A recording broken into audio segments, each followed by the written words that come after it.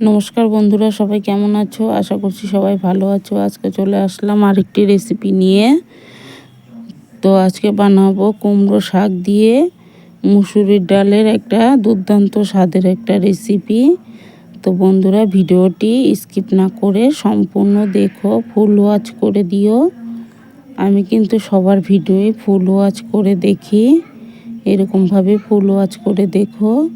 তো আমি দেখো এক মুঠো কুমড়ো শাক নিয়েছি। তো কুমড়ো শাকগুলো এখন কেটে বেছে নেব। তো আমি এই যে ডাঁটাগুলো খোসা ছাড়িয়ে নিয়েছি, ছাড়িয়ে আলাদা করে কেটে নিয়েছি, একটু জলে রেখেছি।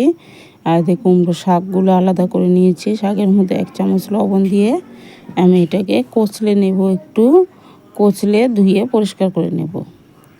আর আপনাদের মধ্যে যদি কেউ আমার ভিডিওটি প্রথমবারের মতো দেখে থাকো, তাহলে প্লিজ চ্যানেলটি সাবস্ক্রাইব করে রেখো।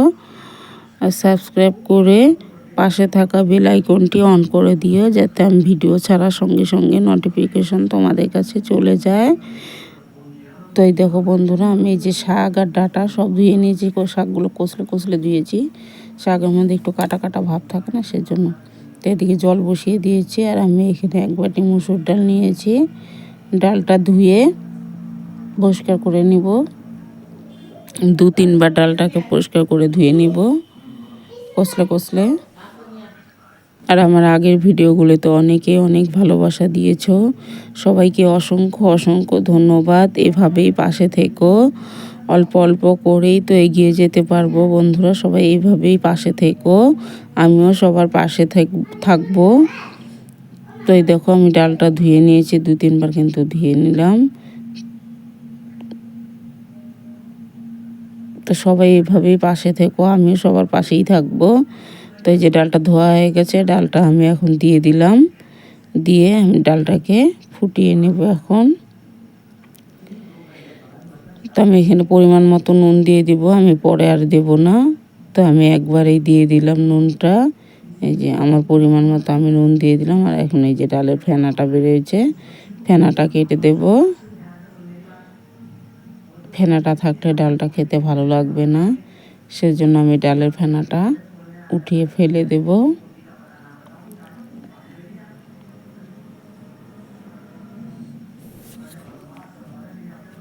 তো এই যে আরেকবারও ডালের ফেনাটা ফেলে দিচ্ছি।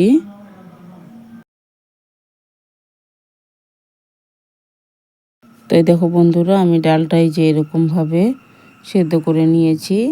তো আমি এখন এই ডালের মধ্যে একটু গ্যাসটা কমিয়ে রেখেছিলাম। তো আমি ডালের মধ্যে প্রথমে এই যে ডাঁটাগুলো দিয়ে দেব, কেন ডাঁটাগুলো সেদ্ধ হতে একটু সময় লাগবে, সেজন্য আমি ডাঁটাগুলো দিয়ে দেব। আর শাকটা একটু পরে দিব। শাকটা বেশি সেদ্ধ হলে লালচে কালার হয়ে যায়, ভালো লাগে না খেতে। সবুজ সবুজ না থাকলে ভালো লাগে না শাকটা খেতে। তো এই দেখো, তো আমি এই যে ডাঁটাগুলো দিয়ে একটু নাড়াচাড়া করে এই কয়েকটা কাঁচা লঙ্কা চিড়ে রেখেছিলাম, সেটা দিয়ে দিলাম। দিয়ে আমি এখন উপর থেকে শাকটা দিয়ে দেব, দিয়ে তারপর আমি ঢেকে রাখবো। তো আমি শাকটা দিয়ে দিলাম, দিয়ে এখন ঢেকে রাখলাম। তো এই দেখো 5-7 মিনিট পর এই যে শাকটা একদম মজে গিয়ে জলও বেরিয়ে গেছে শাকের থেকে। তো এই জলেই সেদ্ধ হয়ে যাবে। লাগলে আমি পরে একটু গরম জল করে দেব।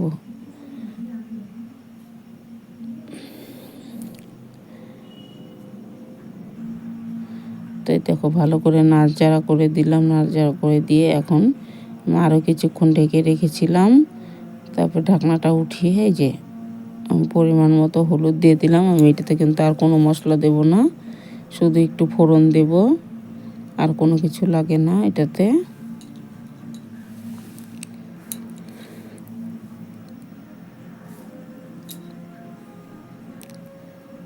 তো দেখো, ডালের সঙ্গে হলুদ দিয়ে আমি খুব ভালো করে মিলিয়ে নিয়েছি।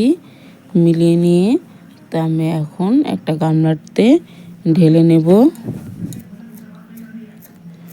তো আমি ওই কড়াইটাতে একটু জল গরম করে দিয়ে দেব। তো দেখো, জলটা গরম করে দিয়ে দিলাম। তো এরকম হয়েছে, কেন আর একটু ফোটাবো। তো এদিকে কড়াইটা আবার বসিয়ে দিয়েছি, কড়াইতে সর্ষের তেল দিয়ে দিলাম। বন্ধুরা এখানে তোমরা চাইলে, আমি এখানে কালো জিরা ফোড়ন আর শুকনো লঙ্কা ফোড়ন দেবো, তোমরা চাইলে এখানে রসুন ফোড়নও দিতে পারো। এটার সঙ্গে কালো জিরা শুকনো লঙ্কার সঙ্গে রসুন ফোড়নও দিতে, রসুন ফোড়ন দিলে ভীষণ ভালো লাগে খেতে। এটাও ভালো লাগে, আমার শাশুড়ি মা রসুন খাবে না, সেই জন্য আমি কালো জিরা শুকনো লঙ্কা ফোড়ন দিয়েছি। তোমরা চাইলে এটাতে রসুন দিয়েও খুব ভালো লাগবে খেতে। আর এখানে যে শাক, তো শাকের মধ্যে একটু চিনি না দিলে ভালো লাগে না, সেজন্য আমি একটু চিনি দিয়ে দিলাম। দিয়ে আরও কিছুক্ষণ ফুটিয়ে নিয়ে নামিয়ে নেব। বন্ধুরা আমার এই কুমড়ো শাক দিয়ে ডালের রেসিপিটা যদি ভালো লাগে তাহলে অবশ্যই একটি লাইক করো আর কমেন্ট করে জানিও কেমন হয়েছে। লাইক দিতে কিন্তু একদম কঞ্জুসি করো না, একটা লাইক দিয়ে দিও। তাই দেখো বন্ধুরা, আমি ডালটা আরও কিছুক্ষণ ফুটিয়ে নিয়ে নামিয়ে নিয়েছি। তো একটা এই যে প্লেটে বেড়ে নিচ্ছি। যদি ভালো লাগে তাহলে অবশ্যই কিন্তু একটি লাইক দিয়ে দিও। আর বন্ধুরা এতক্ষণ ভিডিওটি দেখার জন্য সবাইকে অসংখ্য অসংখ্য ধন্যবাদ। আমিও সবার পাশে এভাবেই থাকবো।